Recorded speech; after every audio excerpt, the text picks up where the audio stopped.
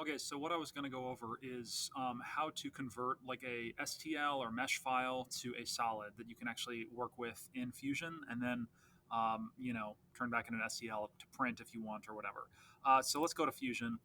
Basically, yeah, you want to go from this file that I got, okay, to like this hard hat file, okay, which I already had open there. So you'll see this is gray, it's a solid, whereas this is pink, and it's technically still a mesh. All right, so you'll see mesh is not one of our options here because I've fully converted it. I imagine there's a way to go back, but I just not sure what that is at the moment. So yeah, it's kind of complex. That's why I'm making these directions for myself, possibly for others.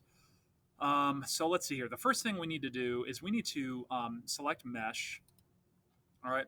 And I wonder if we can already be keeping track of the history here. So one of the things is capture design history. This is what I'd like to do.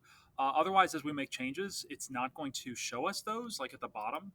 Um, but now it will start to show us these things. Okay, so that's the first thing I did is I right clicked and did capture history. Okay, now we need to go to, oh, already you see it's changed it from that mesh. That's no longer an option here. Thing is, it still is kind of a mesh. So we need to probably do some more things with this. At least I believe so, to modify it. So we're going to reduce the number of um, faces. Okay. Um, I wonder if you can't. Yeah, you can't do this. You have to do this when it's a mesh. So let me see something here. Let's try to like mess with this file. Let's say, yeah, we want to extrude. Um, hmm. Let's just create a sketch here. Let's make it on, man, like, okay, that plane right here. And we want to make a circle.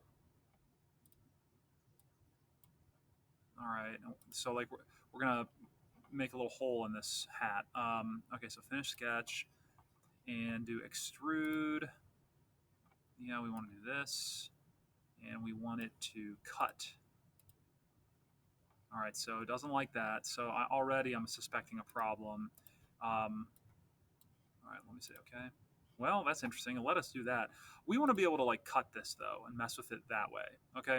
So let's undo what I've done there, and I'm going to undo the capturing design history if I can. I may not. Okay. Cool. So now we're back to mesh. Okay. So this is what we'll have to do. So I selected this mesh thing, and we want to go to modify, and the first thing I think we want to do is reduce. Okay. So yeah, let's and leave it as adaptive, maybe.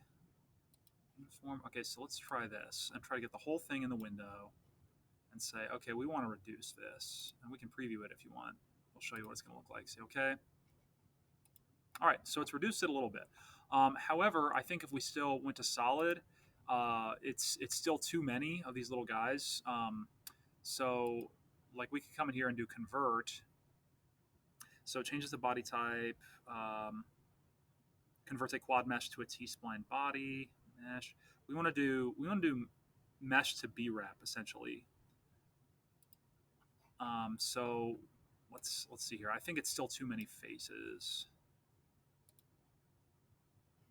Right. Okay, that's the problem. It's over 12. It's over 10,000 is the problem. Okay, that's kind of the magic number. So even if I click OK, it's going to say can't do it.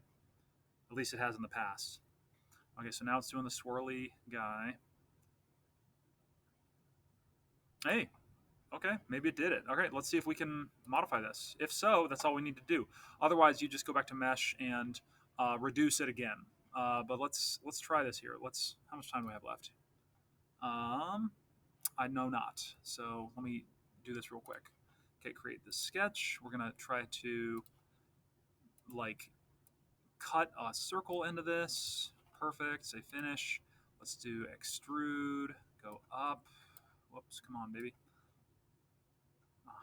It changed into cut and say okay. And voila. Okay, so now this is an editable file. You could mess with it for like an automaton project. You could print it out by converting it back to an STL. And we can also do this where we capture the